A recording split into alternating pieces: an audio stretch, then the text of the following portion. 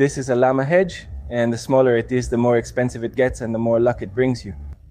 But you can also buy something here that's meant to harm someone else. Yes, there are things here, you can see them. This is the black table, this one is for curses and envy. What is the average salary? People like in regular jobs, let's say, what is the cost of living with that minimum wage or with the average salary? Is it enough to live on?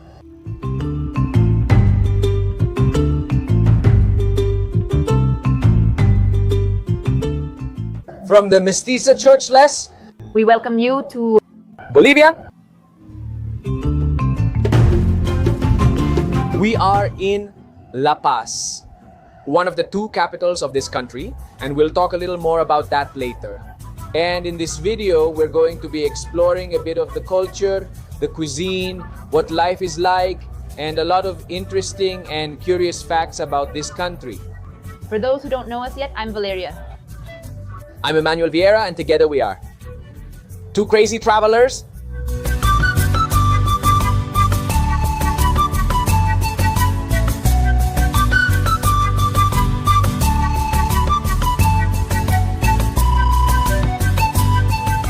We are on Mariscal Santa Cruz Street near the obelisk with Mr. Jose, who is helping us.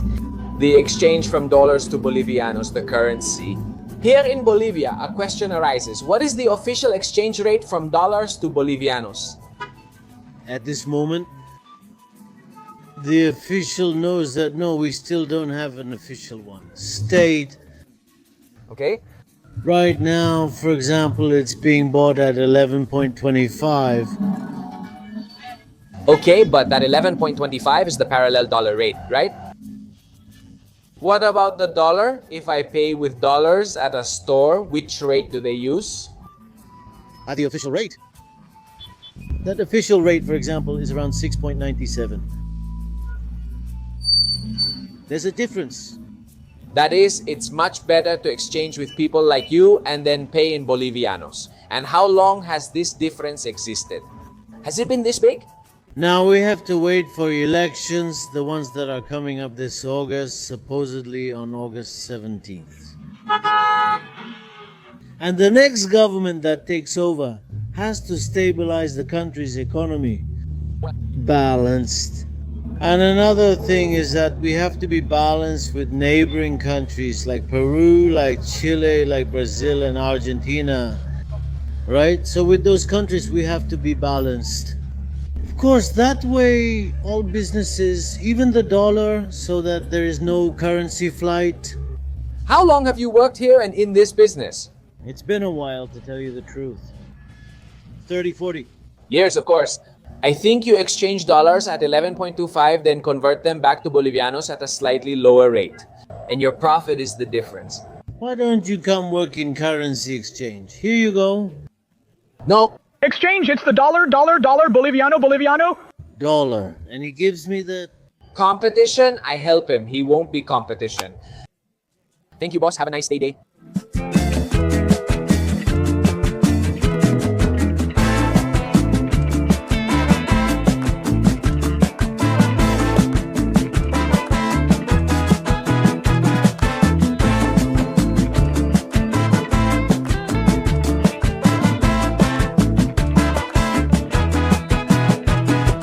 What happened? You really scared me. He told me, tie the camera well like this, because someone could come by and snatch it from you. Well, we know that in the main cities there are usually pickpockets. Oh, that's scary. Well, I've got a good hold on the camera now. We'd already been warned to be careful, that there weren't really any armed robberies or anything like that. But that you do have to keep your things held tightly because they can snatch them. The girl gave him another warning. They'll take my hand, Gerald. They'll take my hand, but this doesn't leave. Here.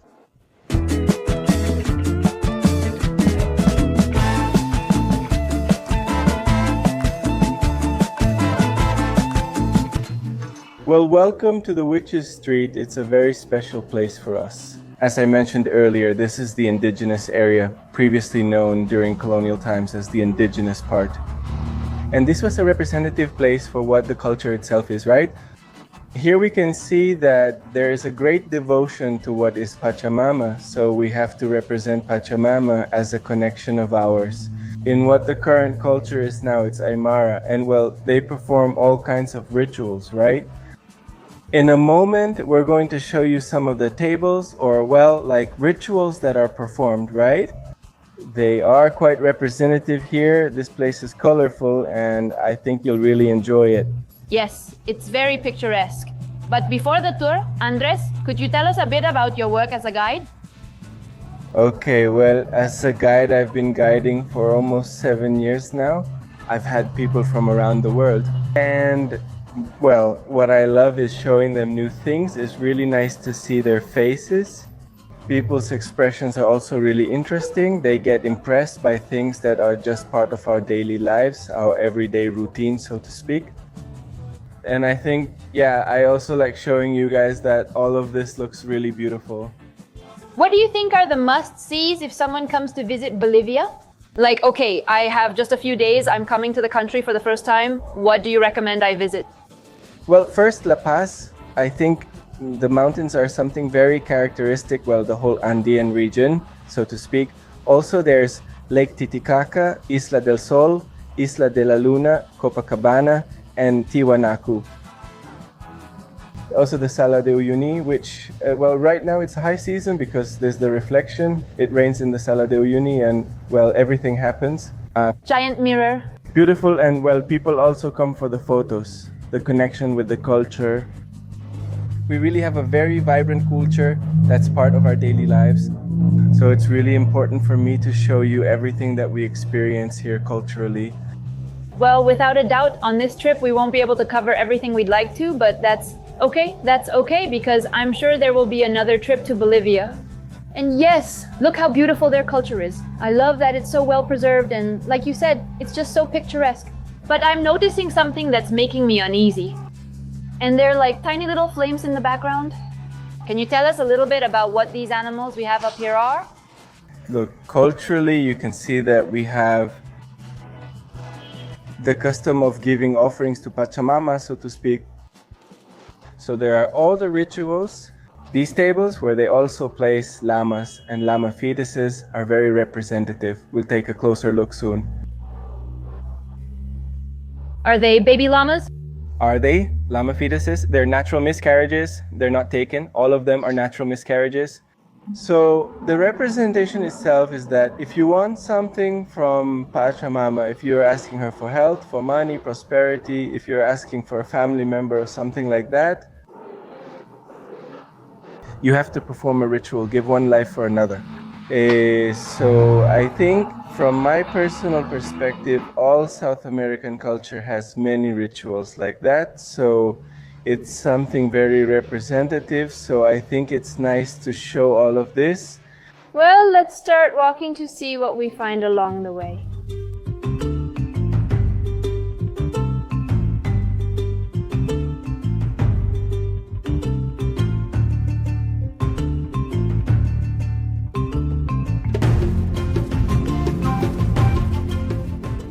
As I was saying, this llama figurine represents the llama. The smaller it is, the more expensive and luckier it is. Then there are what are called the suerte. The little ants represent work. For example, this also represents what an office is. Here you are asking for prosperity at work too. A car is also good. Exactly, you make requests. What is this? Some kind of plastic sugar? Exactly, it's a sugar. And a representative animal that symbolizes fortune for us is the toad or the frog, right? Then it has a variety of flowers, plants that are super representative. We even have here a festival that only happens in February called Las Salacitas, where you can find this kind of bills and, well, small trinkets, which are basically representations of what you want. I don't know, a small house, or maybe, I don't know, money, or, well, a small car. So I think you buy those things and put them up in your room, and that reminds you, what are your goals for the year? It's a more material kind of manifestation. Exactly. Later. These tables themselves are usually made in August. And also, it's symbolic because the ashes that remain will be buried in a place That is your property. I mean, is it something you're giving to Pachamama? It's the ashes to Pachamama. Look, I'm curious about this. Is this also a little llama, a baby? Well, the fetus of a little llama? Exactly. One thing impresses me. Will you correct me? But the people who believe in this also believe in the Catholic religion, for example, because this seems to be like a virgin. Yes, well, basically, since colonial times, there's been a mixing, which is religion with culture. So there's that mix between culture, the Pachamama, what is representative for our people, our indigenous people, so to speak. And well, that's what it is. For example, the Virgin of Copacabana, who is here nearby at Lake Titicaca, is a virgin who has basically been the patron saint of the Incas. She was the one who the Incas mixed with in the region that made it more a closer connection to what their religion is, basically, right? If they were Franciscans, it wasn't exactly like Franciscans. They had that representation of, well, that connection, so to speak, right? So there is An interesting mix between the religion coming from Europe and the one from here, from the native tribes. Wow, how interesting. Then there's this Alasitas festival, as I was telling you.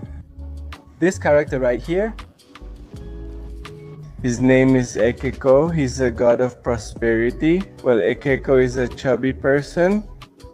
After the house, beer, trucks, and car, money matters. It's for him. Who you ask for all these representations of what you want. In the end, you're asking for money, a house, a car. Beer. It seems like maybe a little bit of chimo too. Very Important, very important.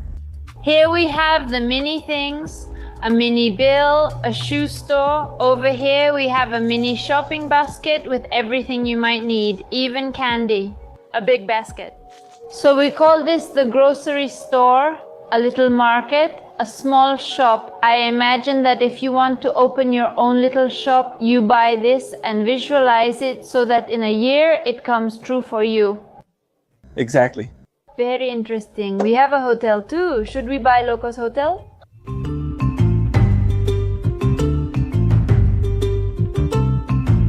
These are Teas, actually they're infusions, but whether they work is More attraction means more love. Never enough. I'm not sure if it's tea or perfume, but spraying it on makes you feel sensual and wanting. I don't know what to expect. But it's to increase libido, desire, and fame.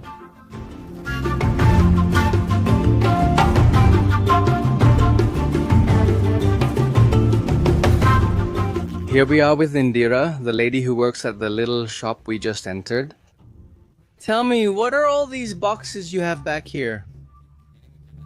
First of all, good afternoon. Well, here we can see these little boxes. They are syrups that are made from natural products, made from all kinds of plants and for all kinds of illnesses. For example, there are ones for the arteries, for the kidneys, for the liver, for that kind of thing. So they're natural products, come in small syrups, and that's all. For example, there's cat's claw and here's rompequiste. Does it really have cat's claw or is it a plant that's known by that name? Does it have cat's claw? Yes, it really does. Wow, it has cat's claw. And as you can see, it also has omega-6 and everything. They're mainly used for women, for cysts, for that. And We were already seeing a powder called powder of hatred. What is it and how is it used? that powder of hatred, what she says is that it's made with essences like this. That's more or less how they're made. And it's also based on dried plants like incense. That's how they're mixed. And what is it used for? See, it says it's for hatred over there. So it's used so there won't be envy. That's what it's for. They're like incense. Okay, yes, for Protecting you from hatred for... protecting you. Yes, protecting you. It's not worth sending hate to someone for. It's not to protect you. Okay. Yes, there's even something for that. There's also something for that. Okay, there are also some. There are also things for good luck, for money, for love, for different needs, okay? But you can also buy something here that's meant to harm someone else. Yes, there are also things here that separate people, you see? For example, like this, just as an example, here it says separator, you see?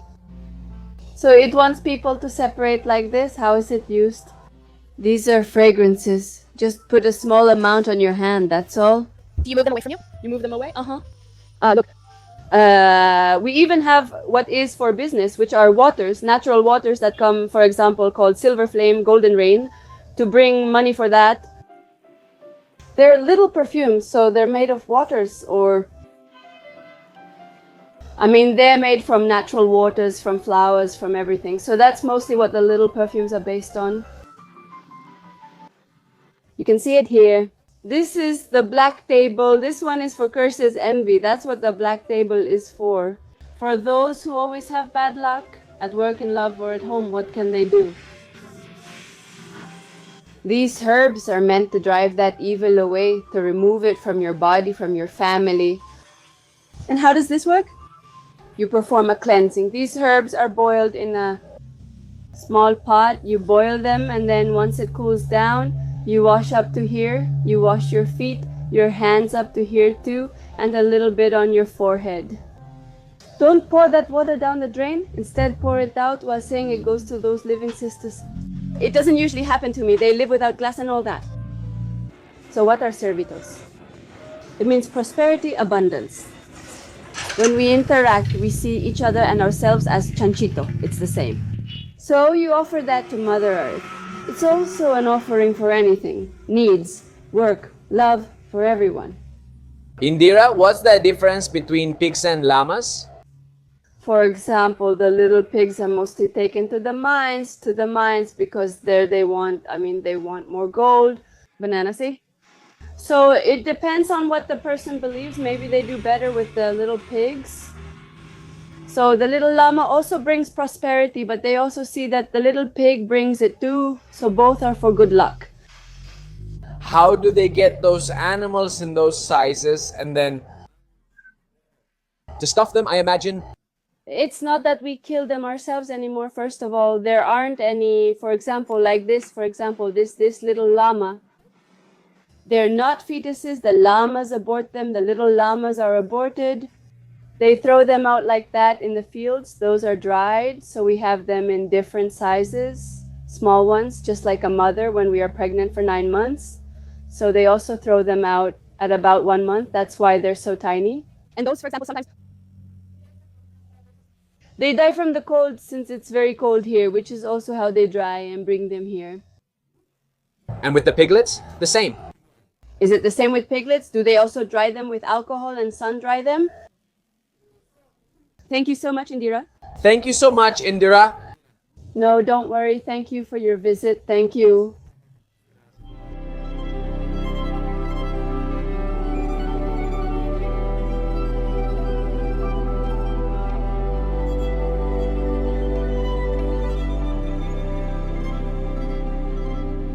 Andres, just now you were telling us that Indira was talking to us about a white table and a black table. The table is like the little basket with everything that was put on top of it. But they feel a little embarrassed to talk about the black table because, in fact, it's for doing things like witchcraft or trying to cast a negative spell on someone we want to wish harm upon. Andres, can you tell me a little more about these black table practices? Well, actually, they're done by. Yeah, Tiris, even the Kalahuayas, who are the top people who do this kind of magic, mysticism culture, right? But it's well known that the white table is for good things like prosperity, health, family, relationships, work, and so on. But the black tables themselves are for cursing people, so to speak, for certain works, but they can also be people. And they are exclusively placed in remote locations, for example, where important rivers or springs begin, or even certain mountains. Certain wakas that are a bit more hidden so that people can't find the mesa itself.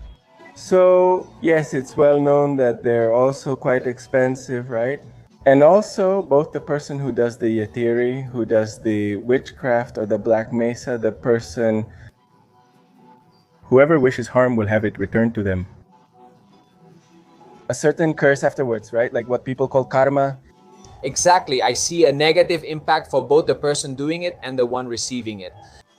And of course, I imagine you say they put it in these hidden places so the other person can't find it and undo or return that curse.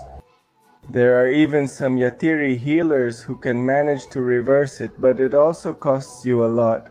Here, the thing is that when people, these yatiris want to do this kind of cleansing of bad energy, it's actually harming themselves too, right? That's why they charge a lot. Of course, so about how much would it cost to put a curse on someone or to get a cleansing after receiving a curse? Look, cleansings range from 1,000 to 2,000 Bolivianos per month, and usually it lasts almost a year. And after that, the tables alone cost nearly 5,000 to 6,000 Bolivianos. It's not that I did it myself, but a lot of people told me that's the price range. The white ones are a little cheaper. It's also about what you want to give. If you give more, there will be more. So, that's also the belief we have in our culture. Well, thank you, Andres. You're welcome. Let's continue.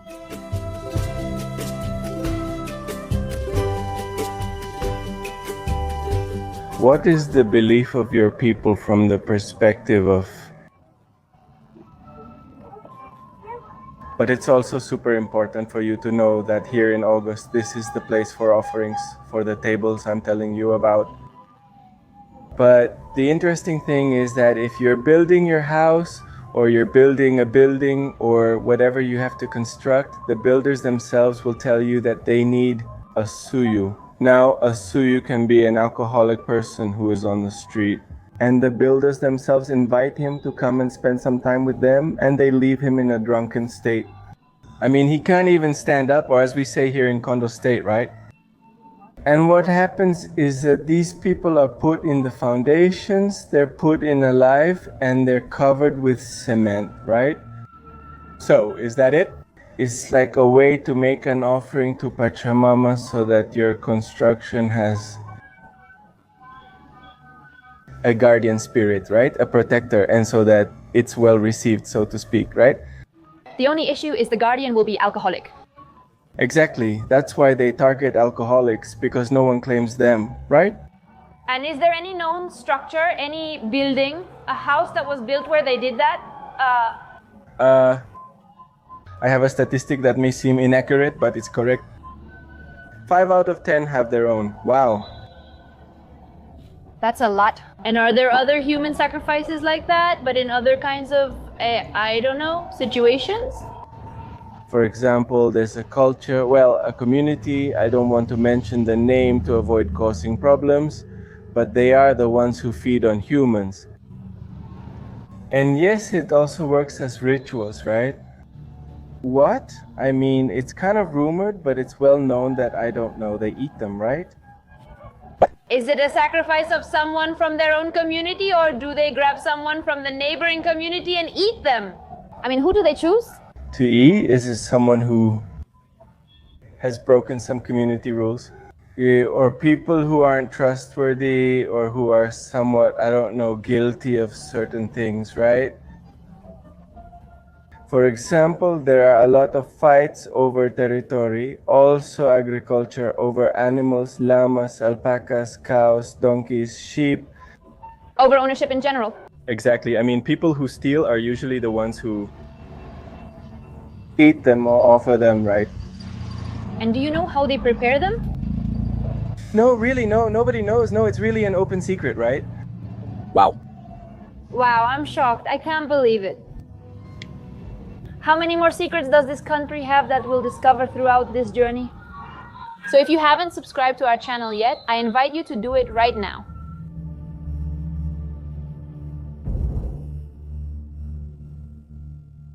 And Ninita couldn't resist buying some spectacular stones.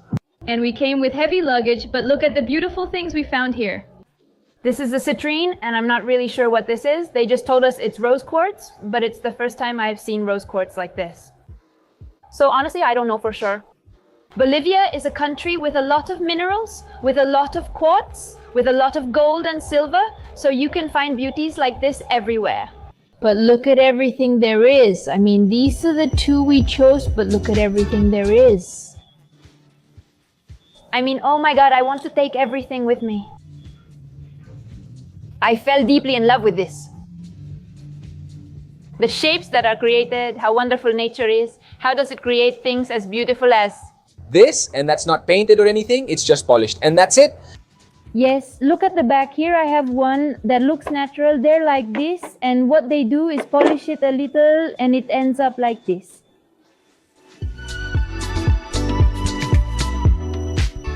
I want everything. I want a poncho. I want a poncho. I want more quartz. I want a little llama, but alive. I'm going to take a little llama. We already have Sokita. No drama, llama. Look at this one. Here is Sutra the llama. This, look how beautiful.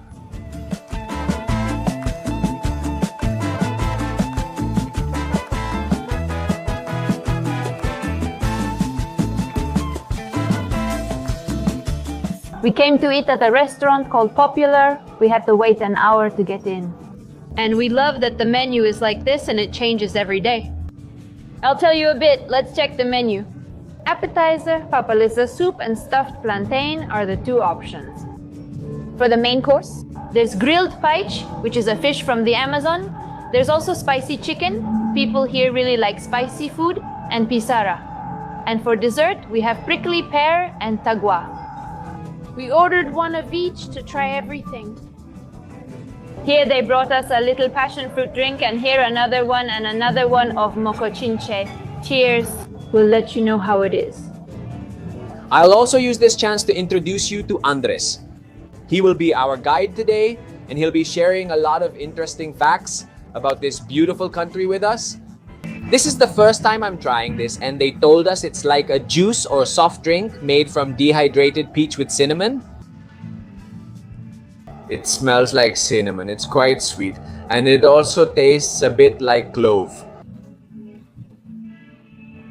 Those who really follow us know that I'm not a big fan of the taste of clove, but it was a traditional Bolivian drink, so I had to try it.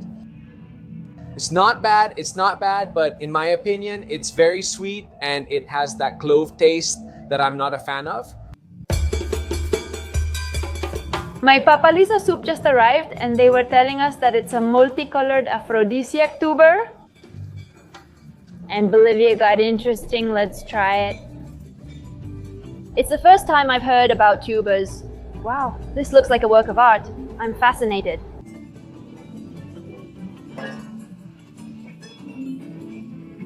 Does it taste like a tuber? Is it very tasty? Yes, I feel like it tastes kind of like... Potato, yuca? No, like okumo maybe, something like that. It's really good. The broth is really mild. And I have a ripe plantain with charque, which is basically taking some meat and drying it with salt. And then they stuff the plantain with the same meat that they've already dehydrated, so to speak. But it's cooked. But it's cooked. I think it's spectacular. It's gourmet food, but honestly, it's pretty affordable. We'll show you in a moment. All right, I'm going to take a pretty big bite just to try all the flavors and tell you how it is. Wow. I mean, the sweetness of the plantain, the flavor of the meat isn't too strong. No, this is amazing. Over here, there's another little sauce they told us is made with chili. Let's see how it is. No, this is spectacular. 10 out of 10. We already have a paiche that's smoked and fried. There are some yuca croquettes that are glazed with beetroot. And we finish with the beef sauce. We have the spicy chicken that's shredded. On top, we have onion and tomato like a sauce. It includes chili, a chili base, and a serving of potato. Enjoy your meal, thank you. Now I'll go first. For those who don't know, this is the little fish from the Amazon. Let's try it. It's kind of tough. I liked it. The flavor is pretty mild. Did you know that river fish, generally speaking, don't have such a strong flavor? But the beef sauce, besides having a spicy touch, gives it the perfect combination. And to go with these little yuca fritters, let's see. This is amazing. I mean, really? 10 out of 10? This restaurant, if you come to La Paz, is a must. Just so you know, it takes about an hour to get a table. Oh. You must arrive at least 30 minutes before it opens at noon. That's why. It's first come, first served, not by reservation. There are many people outside. We arrived at 12 but were served at 1. Look, I'm going to make a comment. This is a soft drink, but it tastes like passion fruit juice. It's really good. I only taste passion fruit and don't know if there's anything else. And now, shall we move to my main course? It looks like art. You want to touch it. With little flowers and everything. Over here we have some potatoes, and in the center is the chicken. It's called spicy chicken. And I, being a masochist, ordered it, even though I don't eat spicy food. But well, I was craving chicken. It's not spicy, it's very juicy, it's really delicious. Honestly, it's really good. I loved it.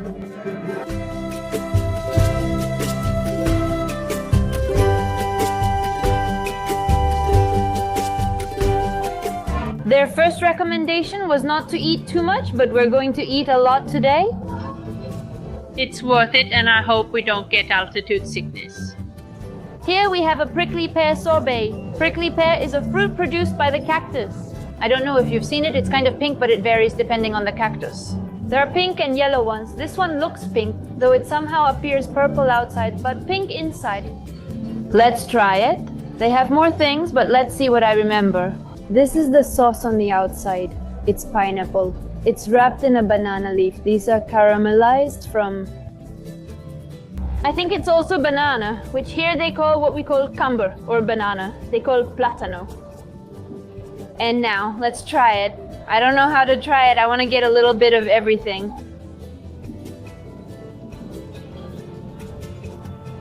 It has some seeds that I don't know if you're supposed to eat. They're hard. The taste isn't bad, it's just that they get stuck there. The flavor is super sweet, but it has some huge seeds. I don't know if they eat it or throw it away. But it's really tasty and very pretty. And my dessert is a tagua or a tagua. I'm not really sure, but it's like a fried dough, which they tell me is very typical in the Potosi region. It's covered with an orange meringue and also has dried fruits and a smoked chancaca ice cream. They were telling me that it's what we know as panela, but I'm intrigued. Want to try smoked panela ice cream? Sweet, of course, but delicious. I mean, the smokiness gives it a touch I've never experienced in ice cream before. Let's try the cookie. Oh, it's really soft. I expected it to be harder. I loved it. I don't know if it's because I have an easy palate to impress, but honestly, this is amazing. Everything. Okay, I can't believe we just paid $8.5 per person, which would be 95 Bolivianos at the exchange rate of 11.2 that we used. Andres, let me ask you, is that price expensive? Is it cheap compared to the rest of the prices here in La Paz? Well, it depends. Some popular foods are more accessible for those with fewer resources, costing around 30 to 50 Bolivianos. This one costs about 20 or 30 Bolivianos. Is the meal really that good for the price? Wow.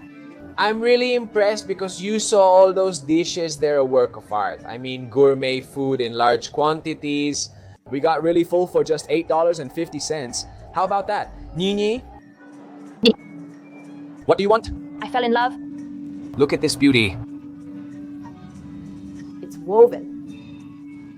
I want to go in, I'm going to go in, I'm going to go in. Am I going to lie to myself? Of course. Yes.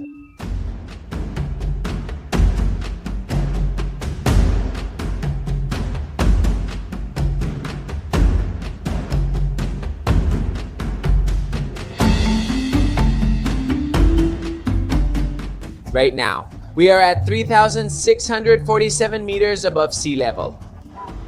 And we really feel it every time we walk up a hill, because this is all uphill. We get really out of breath and we start to run a little low on oxygen.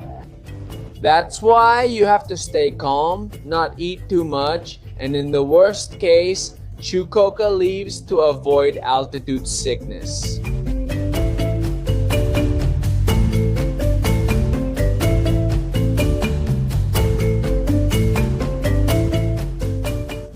We went into another gem store here in Bolivia, and there's one in particular called Bolivianita, which is a mix between amethyst quartz and citrine. In fact, its scientific name is ametrine, but in a region here in Bolivia, they mix naturally, and well, they polish them. This piece you're seeing right now costs $820, and depending on the depth, it can cost up to $1,500.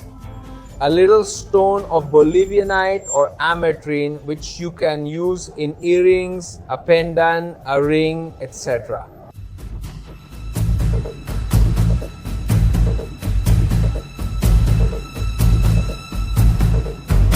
We just stopped at a little stand that was selling collectible bills, an earlier edition of Bolivians that are no longer in circulation.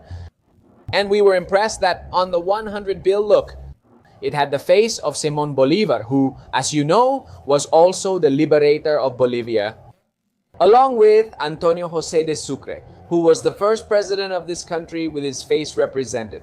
On the 50 Bolivianos bill, we took them for our bill collection, in addition to the Bolivianos that are in circulation, which I also find very beautiful. I'll show them to you soon. The bills in my hand include two editions. These three are the newest and these are the oldest, but both are still in circulation. This is the 10 one, which is now called Bolivianos instead of pesos. Here we see the 21. They have animals on one side and people from the culture of Bolivia here as well. This is my favorite, the purple 50, and they're more colorful than the old ones, as you can see here. 100 Bolivianos. And finally, 200 Bolivianos. Bolivar doesn't appear on the bills anymore, right? They already removed Simón Bolívar from the bills. And honestly, I agree that our liberator, because we share him with Bolivia, shouldn't be on the bills. Why? Because it constantly loses value? It constantly loses value. It's passing from hand to hand. That the bill gets more and more worn out each time. I mean, it's not something that gets better over time, it actually gets worse. And obviously, that goes along with the value of the bill. It's about the value we assign that person in the country's history. Renito Lina also says he disagrees. Not that his face should be on the bills or that they be called Bolívares. That's right. Everyone has their own opinion. Exactly. What do you all think, those of you watching this video? Do you think it's okay that our currency is the Bolívar, that Simón Bolívar's face is on all the bills? Leave it down below in the comments.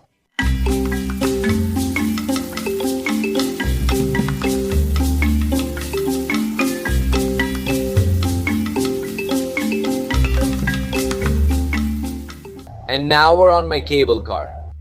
That's the name of the longest urban cable car system in the world, with more than 30 kilometers when you add up all its lines.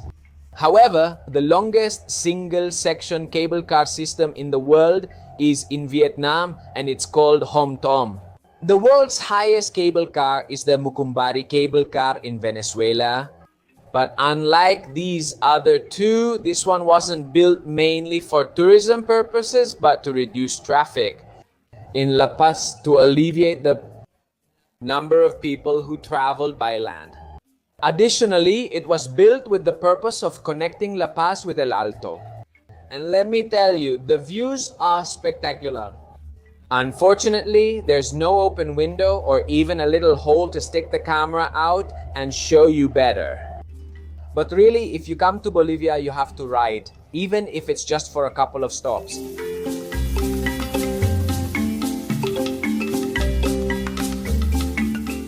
Since I started seeing La Paz, I realized it's the city of little red bricks. All the facades, or the vast majority, are made of brick. Is there any explanation for that? Well, look, there are two theories. The first theory is that you pay less taxes, which the mayor said isn't true. The second theory is that we also have a lot of it culturally. Families have quite a few children, on average 5 to 7, so each child provides certain things. The first supplies the facade, the second the windows, and the third the bathrooms. So here the economic situation doesn't allow you to build a house and paint it completely. And well, that's the reason why you see so many bricks. And I see that these are tall houses with several floors. I imagine that each child becomes independent, but on the upper floor?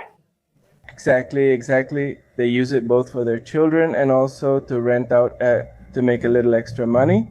The places where there's already a child who has become independent, for example. And well, that's how it is.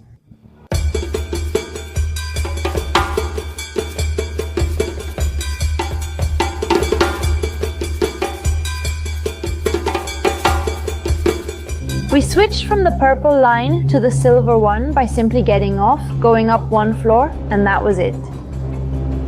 We're going to get one that's completely empty, so we'll have privacy.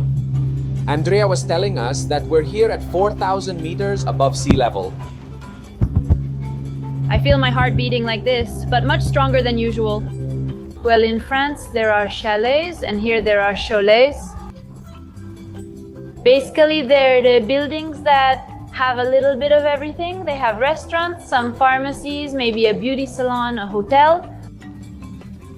And on the top floor, the owner lives in a mansion. And actually, the one we're looking at right now is really modern. It's under construction, but it's really, really modern. And you can find several like this all along this route.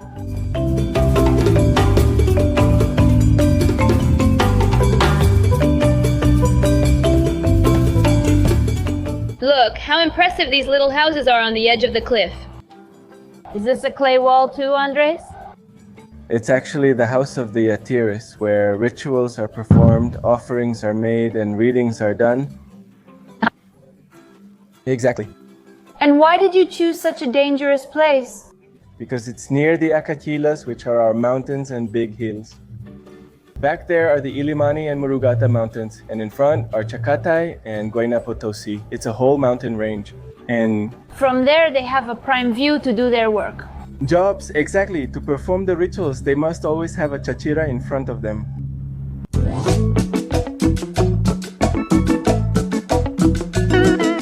Look how interesting. Those buildings you see down there are actually tombs, and that's the general cemetery. Right, Andres? Exactly. They are mausoleums. And they were telling us something interesting, that there's a public area that can be rented and another area that's private. In the public area, if you rent a space inside the mausoleum and if you stop paying the rent, they take your relatives' bones out and throw them into a common grave. And in the private area, they can sell you a space so that it's yours, well, your relatives, for life. It's my first time seeing mausoleums like this. In the shape of buildings? I mean, in one building, there can easily be 20 bodies. Even more. Even more. 5,100. It depends on the size of the building, but the one back there is huge. Here we met Vicky and Ile. We saw them recording a TikTok in these traditional outfits, and I was really impressed. I asked if they'd answer a few questions. How are you, Vicky? I'm very happy to be in this beautiful city of La Paz, and also on this gorgeous day that's so sunny and bright. And we're also here visiting. We came from Peru. Okay, can you tell me a little more about your outfit? Let me tell you about my outfit. The skirt that we Basque women or women from Peru always wear, the skirt that we always wear with decorations and the skirt. And we have 2 braids, and the earrings we wear, the jewelry that's very valuable. I also see, Eli, that you have something on your teeth. That's also part of it. Does the outfit come off and go on? No, it's fixed. Yes, it's fixed. Okay. Eli, about how much does that cost for your teeth? About 7,000. 7,000 Bolivianos is about dollar estadounidense, United States dollar, 700. So all your outfits are expensive, right? Yes. It is expensive. Do women from La Paz cost more? When did you start wearing these outfits? Since childhood or only after growing up? Since I was 12 years old. Okay. And right now you're in La Paz, visiting. You were telling me that you come every week? Yes, we come here every week. We always come every week, but we go back to Peru because we live there in Peru. Okay, and do you come for tourism, for work? No, for work. Okay, we always work and that's why we come. Okay. We wear clothes like these skirts, maquinchas, and beautiful sweaters, right? Look, needed items. By hand. Yes, that's why we come to take the garments there. We sell in Culiac, and I imagine you sell much better here in Bolivia than in Peru. That's right. Like ladies in Peru are always looking for new things. So in that case, we're taking everything that the women from La Paz here, they knit or make it. We bring new things over there. So you come here from Bolivia to find things and take them to Peru, yes? That's right. Okay, I thought it was the other way around. And you also get to enjoy some of beautiful La Paz, right? Yes, La Paz is beautiful. I've visited since childhood. What do you like most about La Paz? I like the food, I like the clothes, and the people are also friendly. Yes, everything. I've been to Santa Cruz, Bolivia. And this tradition, do you know where it began? The polera is from both Bolivia and Peru, yes. So what's the difference? Only the way of dressing. Bolivia's is prettier than Peru's, but now they are also modernizing. Over there, they also dress well. Elegant. And how much can a polera cost? It depends on the fabric, but right now, on average, what I'm wearing has cost 1,200 soles. Soles? Okay, and in dollars, how much would that be? Approximately 300? Like $300? Wow. Do you have to spend money to be beautiful? You have to spend money? yes, Because every woman is pretty beautiful. As soon as she gets ready, it's beautiful. Of course, there is no ugly woman. There isn't. No woman. Is the one who doesn't take care of herself. But we're all beautiful. that's right, I agree with you all. Thank you for the interview, and well, I hope you all keep having a good time. Yes, actually, we invite all the cholitas, all the women from La Paz to dress like this, as beautiful as we are, right? That they dress up, that they love themselves. All women are beautiful and gorgeous. I invite you all. We are there in Juliaca. I am in San Jose, Heron Carabaya, with Heron Tupac. Come by my store, my beautiful ladies. I greet you. All right, bye. Thank you.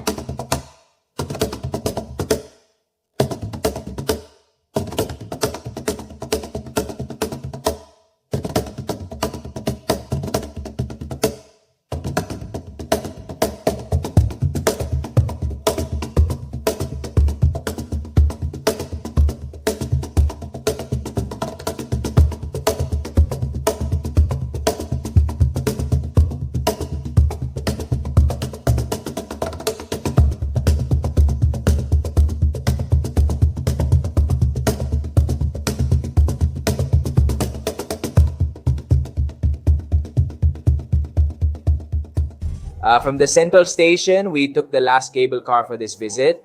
The orange line, we've already ridden the purple, the silver, the red, and well, Anders was telling us that this last one, this same station, you saw those trains as old, representing what they meant for the economy of La Paz in the past. Since these were mining lands, a lot was extracted from here. And it is still being extracted. In fact, the main economic activity of the country is mineral extraction. But specifically in where the station is located, there were trains that transported the minerals. And the people who went to work, so it's very emblematic. I also have to admit that I find this cable car system spectacular. It's very clean, very organized. Of course, it's very cheap because it's subsidized by the government, which is something I don't agree with. Honestly, I don't like any kind of subsidy, but well, each government decides how to do things. Just so you have a reference. The first entry to the cable car, the first line you get on during the day, it costs 3 Bolivianos, which is about 20 or 30 cents in United States dollars. And the following ones cost 2 Bolivianos. On the 4 lines we rode, we spent 9 Bolivianos, which isn't even $1. It's pet friendly. You can bring your pets.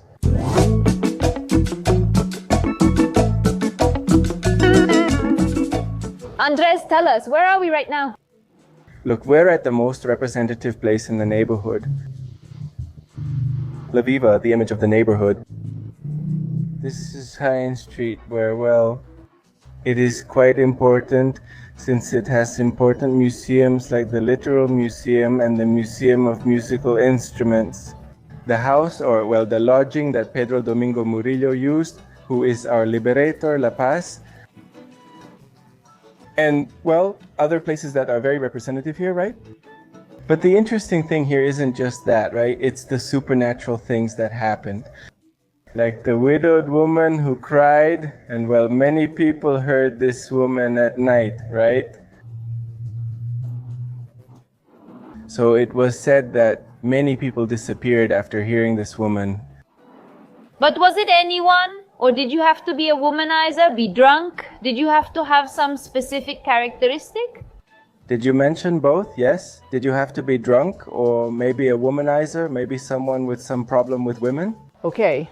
But you used to disappear, right? So because of that,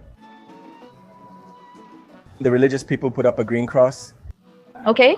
To stop all these supernatural events that were happening on this street. And where's the green cross? Right on that corner. Well, maybe it wasn't the spirit, but they were taken to be buried in the construction sites. That's very likely, but, well, the beliefs themselves are from hearsay. Is there really nothing for sure? Of course, but do you think there could be some nearby? It's very likely. It's very likely. Many of these houses have also been built by indigenous people, and the indigenous people still put their own, and it's a belief that goes back for millennia. Wow, that's crazy.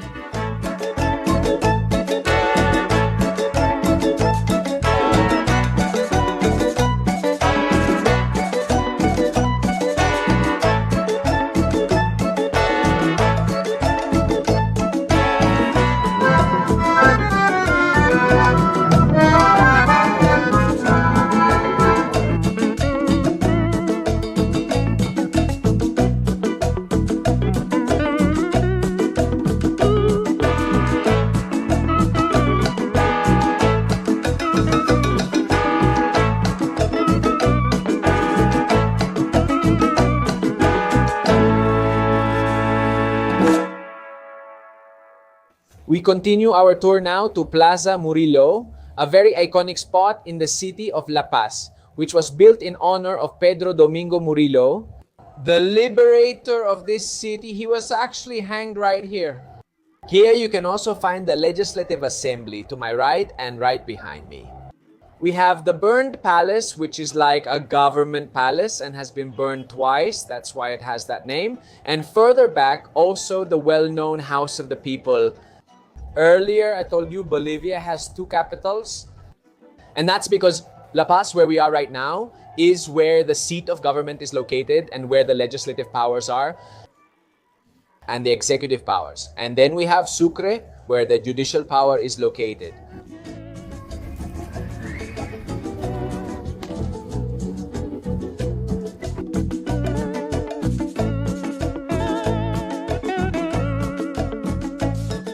Andres, another thing I'm very interested in learning about in every country I visit is the economy. What is the cost of living? What is the average salary? What is the main driver of income generation or the country's gross domestic product? So in Bolivia, it's minerals, right? Yes, there's gas in addition to minerals. And, well, trade in general, okay. Then regarding the economy in general, We have a minimum wage of 2,500 Bolivianos, which is about $1 estadounidense, United States dollar, 350 at the official exchange rate. But do people have access to exchange those Bolivianos at the official exchange rate? No, it's actually very difficult. You have to go to the central bank to be able to exchange the bills, right? So that's the bad part. It's not as accessible as it used to be. So if we use the blue dollar, which is also called the parallel dollar here, right? Yes. It would be like $240 or something like that because it was 11. Exactly. You lose almost 70 to 80%, right? It even varies a lot. It also depends on what's happening in the country. There was even a fake coup d'etat where the dollar was at 15 Bolivianos. Wow. So it really was double, and then it went down. So obviously there was a big change since the official dollar came in, of course. And how much is the average salary? People, like in regular jobs, let's say in restaurants, in hotels, taxi drivers, do they earn minimum wage or do they have a slightly higher salary? Look, the topic of work itself is, we could say, tricky, right? There are companies that really pay you and give you benefits, but the pay is very low, right? An average of 3,500 Bolivianos, which is 1,000 more than the minimum and even a little more. But there are other companies, other establishments that really pay you in cash or don't even give you a contract. And in the end, you don't get any benefits. You don't have insurance, no. You don't contribute to the AFPs. Obviously, like I said, it's tricky. And how much is the cost of living with that minimum wage? Is an average salary of about 3,500 Bolivianos enough to live on? If you live independently, it's very difficult, isn't it? I mean, you would have to look for a small place or rent a small place. Let's forget about saving as well, to be able to, I don't know, invest or buy your own house or your own car. Obviously, the average Bolivian doesn't just have one job, but actually has several jobs, right? That's also why families might have 5 or 6 children, right? Because everyone helps each other in the family? Exactly. Like I was saying a moment ago, it's cultural for us to have large families, right? They contribute to the household and even create their own economy, both within the family and in the community. I've noticed that the cost of food, well, at the restaurant we went to, is quite affordable. Buying it at the supermarket and making it at home is probably much cheaper. But about how much would you spend on food? And for basic utilities like electricity, water, gas, phone, among others, that are part of the living costs for an average family. Okay, regarding basic utilities themselves, there's electricity, which is not that accessible. It's around 150 Bolivianos if you have gas, and if you have, well, electricity, how much does it cost? For example, electric phones, irons, well, devices that do consume a lot of electricity. It can reach 500 Bolivianos or more, depending on how big the house is. It's relative and variable. Then gas. Gas is actually pretty affordable, but some neighborhoods still don't have gas because we're in a very rugged city. Water is still accessible, but it has a lot of minerals and it gets a bit toxic, so to speak. It has a lot of chlorine. Yes, in some higher communities, they even get mineral water. It's an extreme. Then there's food. Well, the food, on average, what is spent on the family basket, so to speak, should be at least about 500 Bolivianos. Depending on whether you are a family of 3 people per month, you can end up spending between 600, 700, or even more, depending on what you buy. Now, because of the issue of the crisis we're going through now, because of the diesel issue, the dollar, and so on, it's really hard to find things that are relatively cheap like before. Obviously, prices have gone up by almost 20 or 30% in the last 2 years. Well, this way we get to know a little more about the financial aspects of life in Bolivia. Andres, where will we end this tour? Well, this is the Kili viewpoint where we can see a 360-degree view of all the beautiful mountains, of the culture, the people, the good sun, and everything. I want to thank you because we've truly had a magical day. Maybe it's because it's Saturday and we encountered many cultural events and got lucky. Or if La Paz is always this lively and picturesque, but it was truly beautiful. Thank you. I would like you to please share your contact information with us, where we can find your tour guide services. All right, okay. We work with Visits of America and Bolivian pigs. We are available for anyone who wants to come and visit our country.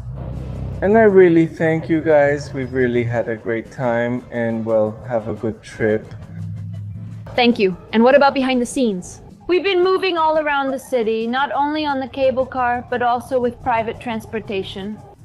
That made things much easier since we didn't have to wait for a taxi or someone to arrive. Instead, it's already at the exact spots, so that the trip is super smooth. What a beautiful day and a perfect way to begin this journey, not just in Bolivia, but across several South American countries. I'm very excited. Subscribe to this channel if you haven't yet. More wild travel adventures are coming. Leave me a comment. What did you think of this journey? Honestly, it really impressed me. I had very high expectations because of everything I had read and seen about La Paz. And honestly, it didn't disappoint me at all. If you want to experience Bolivian culture, try its cuisine, which we did. We tasted something exquisite. Of course, there will be another video of us trying street food and well, a bunch more videos that I don't want to spoil. But I recommend that you subscribe if you haven't already and just wait a couple of days because a lot of travel videos are coming. My heart is racing. I'm 3 steps up and yes. Thank you for making it this far.